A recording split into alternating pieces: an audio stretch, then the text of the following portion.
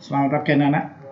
Hari ini kita menginjak pada masih bab 2, tapi pertemuan kedua kita melanjutkan pada perlindungan dan penegakan hukum di Indonesia. Kalian harus menguasai tentang menjalankan perilaku beriman dalam praktis perlindungan dan penegakan hukum untuk menjamin keadilan dan kedamaian. Yang kedua, yang harus Anda kuasai adalah berperilaku jujur dalam praktek perlindungan dan penegakan hukum di tengah masyarakat. Sedangkan indeks pencapaian kompetensi yang harus Anda kuasai untuk KD 1-2 yaitu menunjukkan perilaku orang beriman dalam praktis perlindungan dan penegakan hukum untuk menjamin keadilan dan kedamaian.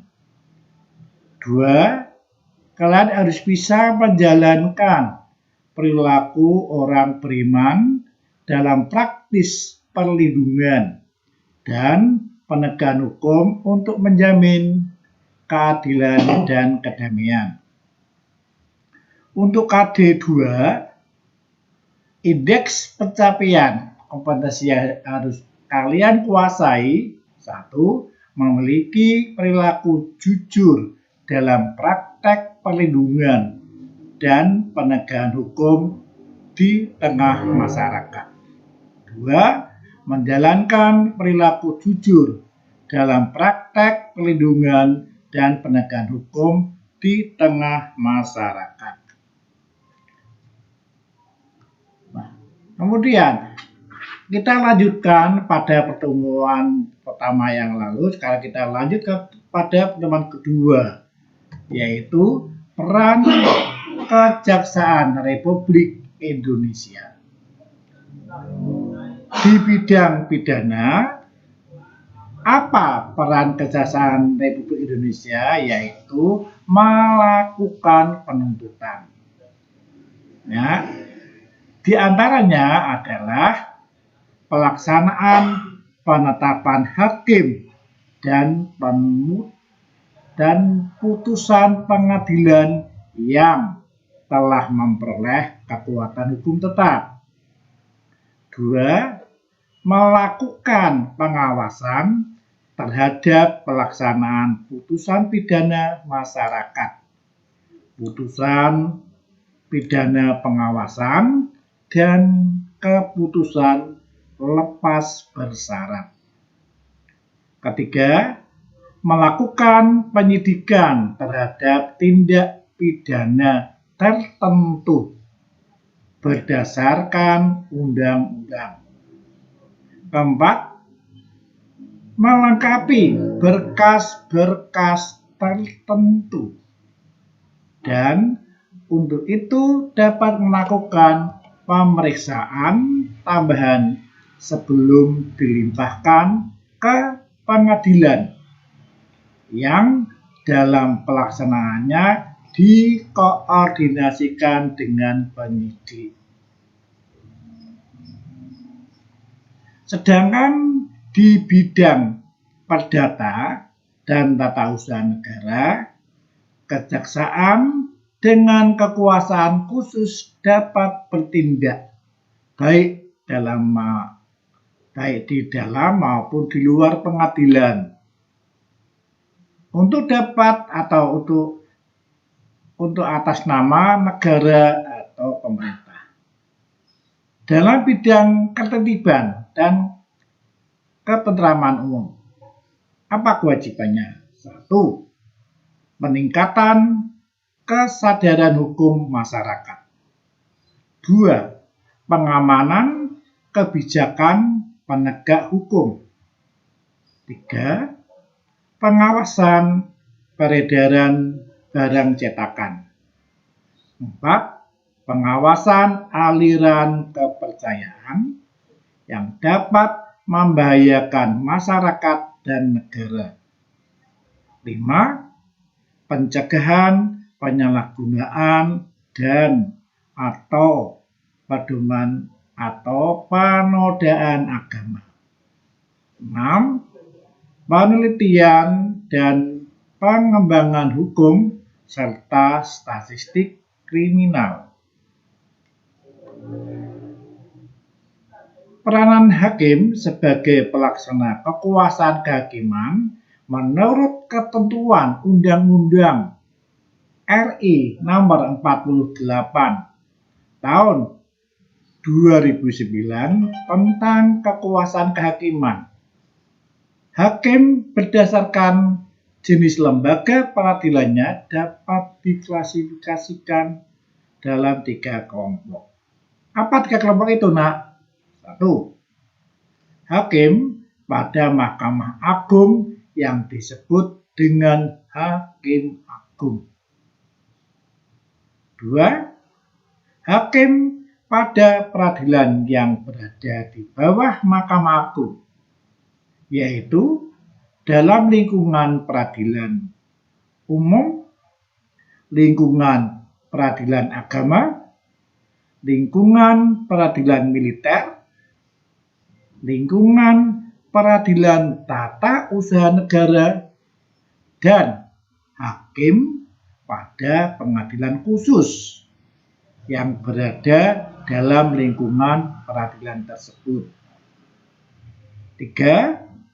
Hakim pada Mahkamah Konstitusi yang disebut dengan Hakim Konstitusi. Lanjut. Sekarang peran advokat. Apa itu peran advokat? Menurut pasal 3 Undang-Undang RI Nomor 18 Tahun 2003 tentang advokat adalah 1. Warga negara Republik Indonesia. 2. Bertempat tinggal di Indonesia. 3. Tidak berstatus sebagai pegawai negeri atau pejabat negara. 4. Berusia sekurang-kurangnya 25 tahun. 5. Berijazah sarjana yang berlatar belakang pendidikan tinggi hukum. 6. Lulus ujian yang diadakan oleh organisasi advokat. 7. Magang sekurang-kurangnya 2 tahun terus menerus pada kantor advokat. 8. Tidak berkenan dipidana karena melakukan tindak pidana kejahatan yang diancam dengan pidana penjara 5 tahun atau lebih. 9. Berperilaku baik, jujur, bertanggung jawab, adil, dan mempunyai integritas yang tinggi. Ya, itulah peran advokat. Kemudian, adapun yang menjadi hak advokat adalah sebagai berikut. A. Advokat bebas mengeluarkan pendapat atau pernyataan dalam membela perkara yang menjadi tanggung jawabnya di dalam sidang pengadilan dengan tetap berpegang pada kode etik profesi dan peraturan perundang-undangan. B. Advokat bebas dalam menjalankan tugas profesinya untuk membela perkara yang menjadi tanggung jawabnya dengan tetap berpegang pada kode etik profesi dan peraturan perundang-undangan. C. Advokat tidak dapat dituntut baik secara perdata maupun pidana dalam menjalankan tugas profesinya dengan etikat baik untuk kepentingan pembelaan klien dalam sidang pengadilan. 4 atau D. Advokat berhak memperoleh informasi, data, dan dokumen lainnya. Ya. Lanjut. Advokat berhak atas kerahasiaan hubungan dengan kliennya termasuk 1. Perlindungan atas berkas dan dokumennya terhadap penyitaan atau pemeriksaan dan perlindungan terhadap penyadapan atas komunikasi elektronik advokat. Advokat tidak dapat diidentikan dengan kliennya dalam membela perkara klien oleh pihak yang berwenang dan atau bermasyarakat. Sekarang, apa yang menjadi kewajiban advokat? Kewajiban advokat diantaranya atau 1. Advokat dalam menjalankan tugas profesinya dilarang membedakan perlakuan terhadap kliennya berdasarkan jenis kelamin, agama, politik, keturunan, ras, dan latar belakang sosial budayanya. B atau 4. B atau 2. Advokat wajib merahasiakan segala sesuatu yang diketahui atau diperoleh dari kliennya karena hubungan profesinya, kecuali ditentukan lain oleh undang-undang. C. Advokat dilarang memegang jabatan lain yang bertentangan dengan kepentingan tugas dan martabat profesinya. D. Advokat dilarang memegang jabatan lain yang meminta pengabdian sedemikian rupa sehingga merugikan profesi advokat atau mengurangi kebebasan dan kemerdekaan menjalankan tugas profesinya. E. Advokat yang menjadi pejabat negara tidak melaksanakan tugas profesi advokat selama memangku jabatan. Tadi kita sudah membahas tentang polisi, kejaksaan, advokat. Sekarang kita lanjut pada pembahasan tentang Komisi Pemberantasan Korupsi atau KPK. Berdasarkan Undang-Undang RI Nomor 30 Tahun 2002 tentang Komisi Pemberantasan Tindak Pidana korupsi mempunyai tugas sebagai berikut. 1 atau A. Koordinasi dengan instansi yang berwenang melakukan pemberantasan tindak pidana korupsi. Yang kedua atau B. Supervisi terhadap instansi yang berwenang melakukan pemberantasan bidang korupsi. C atau 3. Melakukan penyidikan, melakukan penyidikan, penuntut terhadap tindak pidana korupsi. D atau 4. melakukan tindakan-tindakan mencegah tindak pidana korupsi. E. Melakukan monitor terhadap penyelenggaraan pemerintahan negara. Selain memiliki tugas tersebut, KPK ini juga memiliki beberapa wewenang. Di antaranya, 1. Mengkoordinir penyidikan dan penuntutan tindak pidana korupsi. 2. Menetapkan sistem pelaporan dalam kegiatan pemberantasan tindak pidana korupsi. 3.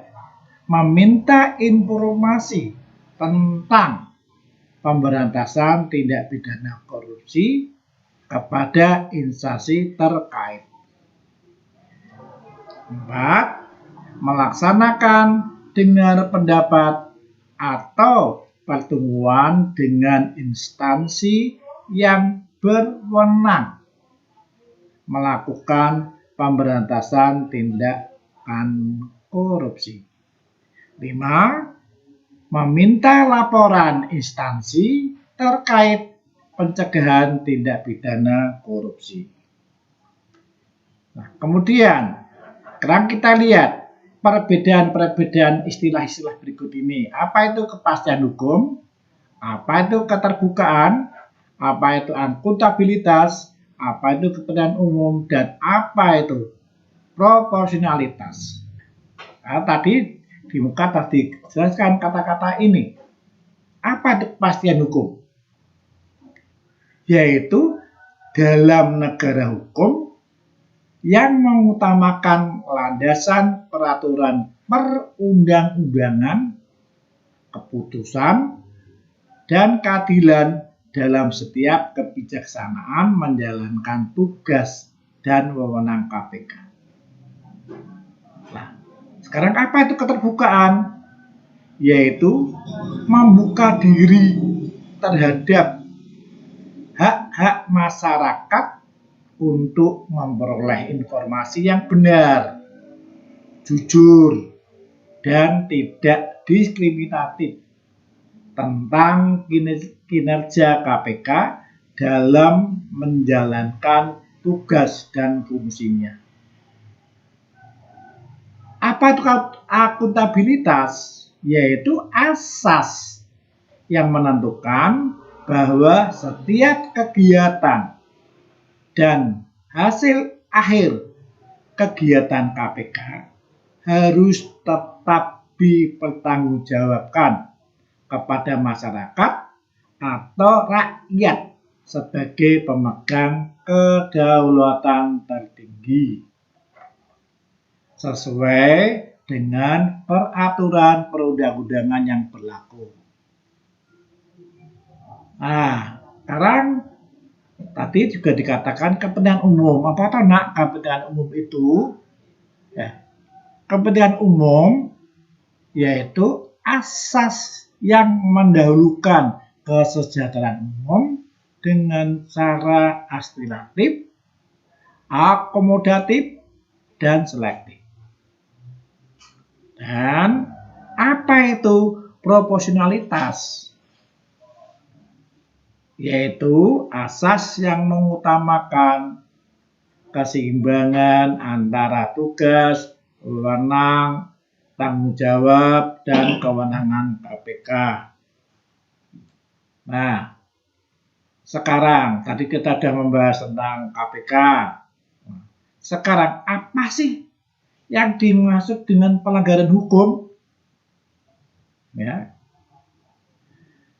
Pelanggaran hukum disebut juga perbuatan melawan hukum, yaitu tindakan seseorang yang tidak sesuai atau bertentangan dengan aturan-aturan yang berlaku. Dengan kata lain, bahwa pelanggaran hukum merupakan pengingkaran terhadap kewajiban-kewajiban yang telah ditetapkan oleh peraturan atau hukum yang berlaku. Misalnya apa, Nak? Misalnya ya, kasus pembunuhan yang merupakan pengingkaran terhadap kewajiban untuk menghormati hak hidup orang lain. Lanjut. Pelanggaran terhadap suatu ketentuan hukum pada hakikatnya merupakan pelanggaran terhadap satu, aturan agama, dua, dasar negara, tiga, ketentuan konstitusi negara. Saya ulang lagi, ketentuan konstitusi negara dan norma-norma sosial lainnya. Ya, itulah pelanggaran terhadap satu ketentuan hukum. Kemudian, pelanggaran hukum merupakan bentuk ketidakpatuhan terhadap hukum. Ketidakpatuhan terhadap hukum dapat disebabkan oleh dua hal. A. Pelanggaran hukum oleh si pelanggar sudah dianggap sebagai kebiasaan. B. Hukum yang berlaku sudah tidak sesuai lagi dengan ketentuan kehidupan. Contoh dalam lingkungan keluarga. Apa nak contohnya? Satu, mengabaikan perintah orang tua. Dua, mengganggu kakak atau adik yang sedang belajar. Tiga, ibadah yang tidak tepat waktu. Empat, menonton tayangan yang tidak boleh ditonton oleh anak-anak. Lima, nonton TV sampai larut malam dan bangun kesiangan. Untuk kalian tolong jangan dilaksanakan ya. Harus kalian hindari semuanya. Kemudian di lingkungan sekolah yang harus dihindari ya. Satu, menyontek ketika ulangan. Dua, datang ke sekolah terlambat. Tiga, bolos mengikuti pelajaran. Empat, tidak memperhatikan penjelasan guru. Dan berpakaian tidak rapi dan tidak sesuai dengan ketentuan yang ditentukan oleh sekolah. Ini tolong nak ya, sangat diperhatikan. Nah, kalau kalian melanggar, pasti ada sanksi. Ya, karena anak yang baik, pasti kalian tidak akan mau melanggar. Kemudian dalam lingkungan masyarakat. Satu, mangkir dari tugas ronda malam. Dua, tidak mengikuti kerja bakti dengan alasan yang tidak jelas. Tiga, main hakim sendiri. Empat, mengkonsumsi obat-obat terlarang. Lima, melakukan tindakan diskriminasi kepada orang lain. 6. Melakukan perjudian dan membuang sampah sembarangan atau tidak pada tempatnya. Ya. Kemudian ketidakpatuhan di lingkungan bangsa dan negara. Di antaranya, satu, tidak memiliki KTP. Dua, tidak mematuhi rambu-rambu lalu lintas. Tiga, melakukan tindak pidana seperti pembunuhan, perampokan, penggelapan, pengedaran uang palsu, pembajakan karya orang lain, dan sebagainya. Empat, melakukan aksi teror terhadap alat-alat perlengkapan negara. Kemudian 5, tidak berpartisipasi pada kegiatan-kegiatan pemilihan umum dan merusak fasilitas negara yang disengaja. Itulah nak pertemuan hari ini.